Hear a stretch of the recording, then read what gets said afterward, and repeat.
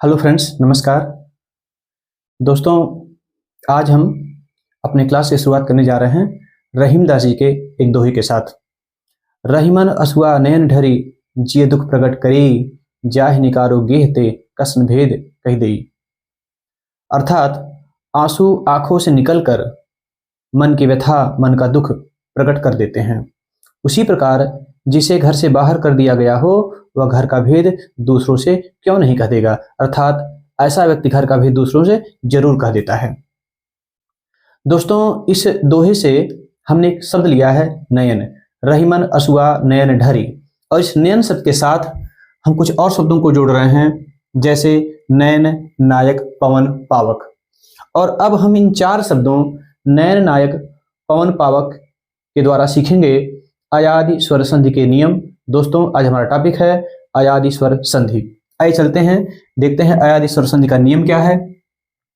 अब देख रहे हैं कि जैसा कि यहाँ पे सभी स्वर वर्ण यहाँ पे लिखे गए हैं और हम इनमें से प्रयोग करेंगे अंतिम चार का, यानी कि ए, ऐ, ओ, औ का। तो इसका नियम होता है, यदि ए, ऐ, ओ, औ के बाद कोई भिन्न स्वर या असमान स्वर आ जाए तो ए का परिवर्तन होता है ऐ में, उसी प्रकार ऐ का आय में, ओ का औ में और औ का आओ में।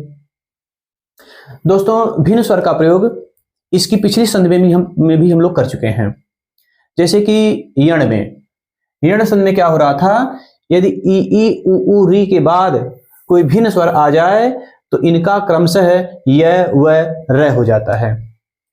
तो बिल्कुल आप याद रखेंगे, भिन्न स्वर का प्रयोग दो संधियों में होता है, यण में और अयादि में। अब हम चलते हैं, देखते हैं कि नयन का संधि विच्छेद क्या होगा। तो नयन का संधि विच्छेद करने के लिए हम एक प्रक्रिया से गुजरते हैं, वह प्रक्रिया होती है वर्ण विन्यास। तो पहले हम करते हैं वर्ण विन्यास और फिर हम करते हैं उसका संधि विच्छेद। आइए देखते हैं, जैसे कि हम पहला शब्द ले रहे हैं यहाँ पे नयन। अब नयन का संधि विच्छेद कैसे होगा, इसके संधि विच्छेद की प्रक्रिया थोड़ी सी जटिल होती है। यह समझ में नहीं आता है कि न पर जो मात्रा हमको लगानी होगी वह ए होगा कि ऐ होगा कि ओ होगा कि औ होगा।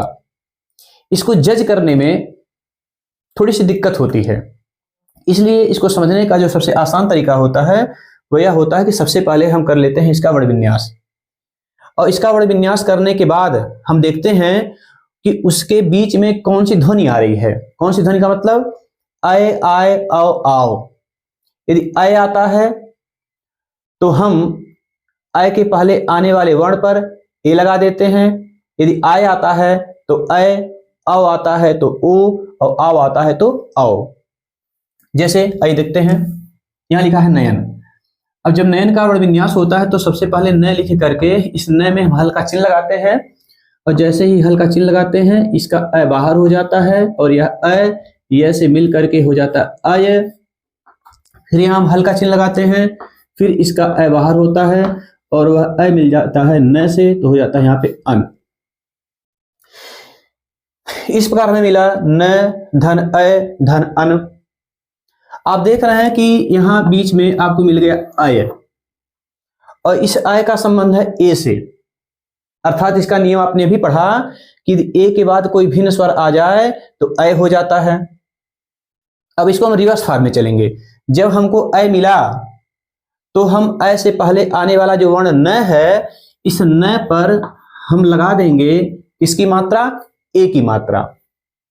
अब हम लगा देते हैं इस पे ए की मात्रा, और उसके बाद हम अंतिम में लिख देते हैं यहाँ पे अन। तो यह हो गया ने, धन, अन बराबर नयन। इस तरह से यह कंफर्म हुआ कि हमें न पर हमें लगानी है ए की मात्रा। अब आपका यह कंफ्यूजन दूर हो गया कि न पर हम ए की मात्रा लगाएंगे कि ऐ की मात्रा लगाएंगे कि ओ होगा कि औ होगा। इसी प्रकार हम ले रहे हैं यहां से नायक। अब नायक शब्द को हम देखें, नायक। अब आप यहां क्या करेंगे, न पे हलंत जैसे ही लगाते हैं तो इसका आ इस तरह से बाहर हो जाता है और यह ऐसे मिल जाता है, तो हो गया आय। फिर यहां हलंत का चिन्ह लग जाएगा, जैसे हलंत लगाते हैं फिर इसका अ बाहर हो जाता है और वह अ कैसे मिलकर हो जाता है अक। अब आपको फिर यहां मिल गया आय। अब यह जो आय है यह हमें प्राप्त हुआ कब, जब आय के साथ कोई भिन्न स्वर आया तब हुआ आय। अब आय के स्थान पर क्या करेंगे, हो जाएगा आय। तो आय की मात्रा, तो जैसा कि आप जानते होंगे इस आय की मात्रा में क्या होता है, यहां पे इस तरह से होता है, डबल झंडी होती है और ए की मात्रा ऐसे लगती है इस तरह से। यह कंफ्यूजन नहीं होना चाहिए। अब न पर आप लगा देंगे अ की मात्रा तो हो जाएगा नय अधन अक। तो नय धन अक बराबर नायक। इसी प्रकार हम अब करेंगे पवन का संविच्छेद। पवन के संविच्छेद में भी सबसे पहले हमें करेंगे पवन का वर्ण विन्यास। तो आप पहले लिखेंगे प, हल्का चिन्ह लगाएंगे, फिर इसका अ बाहर हो गया, अ वैसे मिलके हो गया अव। तो जब व में हल्का चिन्ह लगता है तो इसका अ बाहर होगा जो न से मिलके अन हो जाएगा। फिर आपको यहां मिला अव। अब अव का संबंध होगा किससे, ओ से। अब आप प पर ओ की मात्रा लगा देते हैं तो जाता पो अधन अन।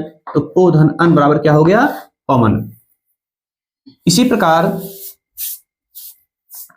अब हम करते हैं अगले शब्द पावक का संविच्छेद।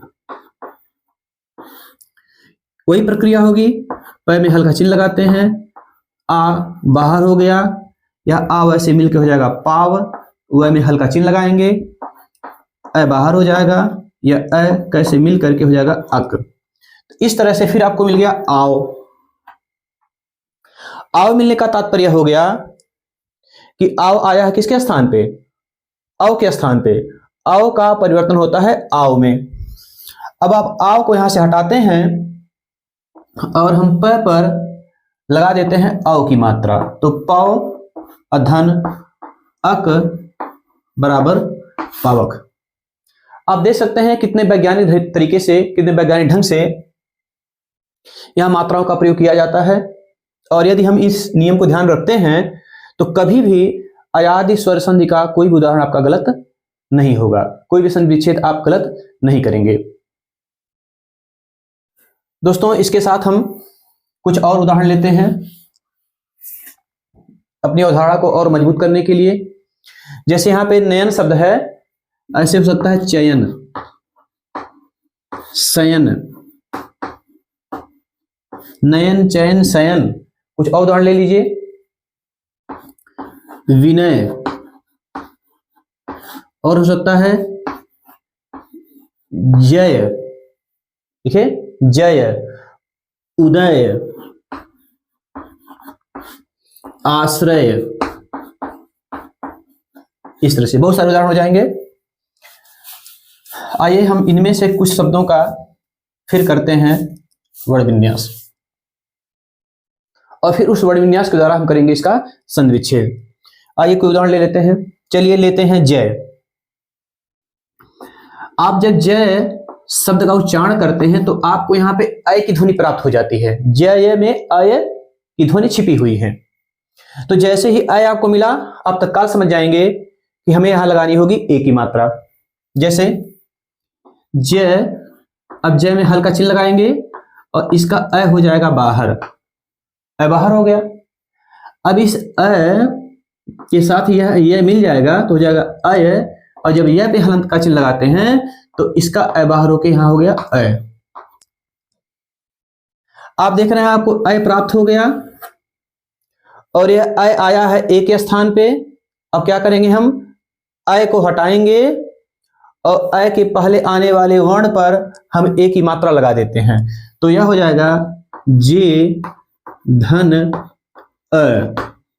तो जे धन अ बराबर जय। इसी प्रकार आइए चलते हैं, हम करते हैं उदय का संधि विच्छेद। उदय हम लिखते हैं उदय,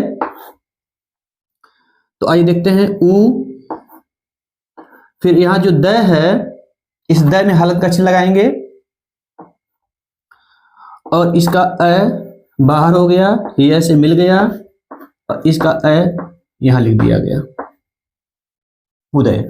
फिर आपको यहां मिला अय, फिर यह अय समाप्त हो जाएगा और उस अय के स्थान पे जो ए की मात्रा होती है वह द पे लग जाता है, तो हो जाता है उदे, उदे धन अ बराबर क्या हो गया आपका उदय। तो इस तरह से मुझे लग रहा है कि आप इस नियम को समझ चुके होंगे।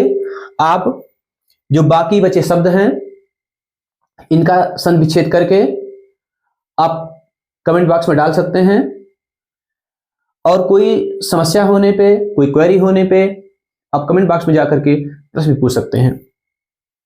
तो इस तरह से नयन नायक, इस तरह से नयन चैन शयन विनय जय उदय आश्रय, यहां भी आया अय आश्रय। तो इस तरह से इन सब में जो है इस का प्रयोग होगा, ए का प्रयोग होगा, यानी ए की मात्रा हम लगाते हैं। अब हम चलते हैं कुछ अन्य उदाहरणों पे, जैसे कि यहां पे लिखा है नायक। अब नायक की तरह कुछ और उदाहरण हो सकते हैं, जैसे गायक,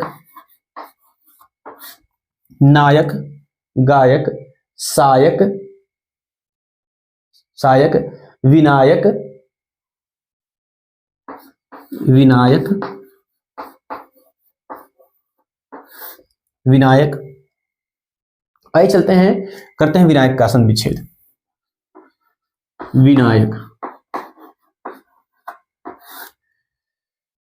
बहुत ही आसान होगा। जैसे क्या करना होगा, पहले यहां पे वी लिखेंगे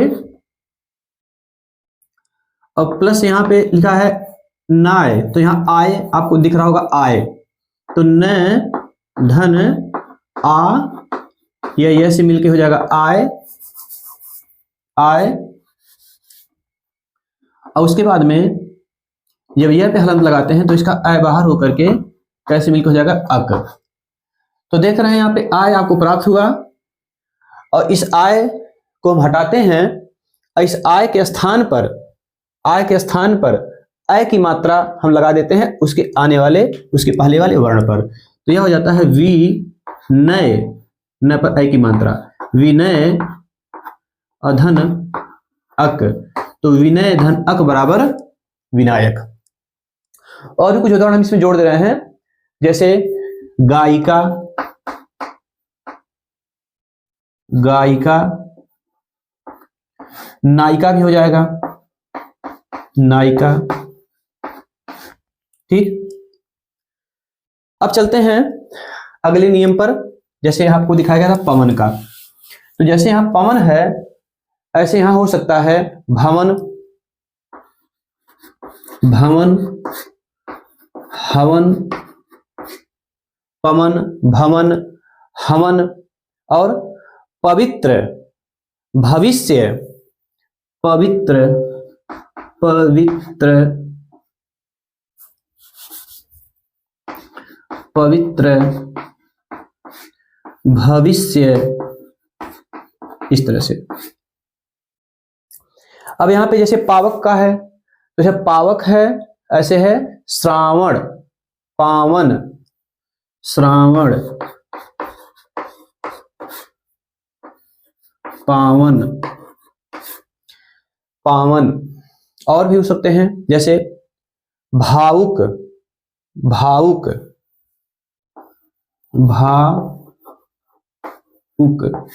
और भी हो सकता है भावी, भावी, भावी। तो इस तरह से जो उदाहरण आपको दिए गए हैं उनका आप संविच्छेद करके इस नियम को अच्छी तरह समझ सकते हैं। तो दोस्तों मुझे लग रहा है कि आप इस अयाद ईश्वर के नियम को अच्छी तरह समझ चुके होंगे। अब हम आपसे मिलते हैं अगले क्लास में, तब तक के लिए नमस्कार।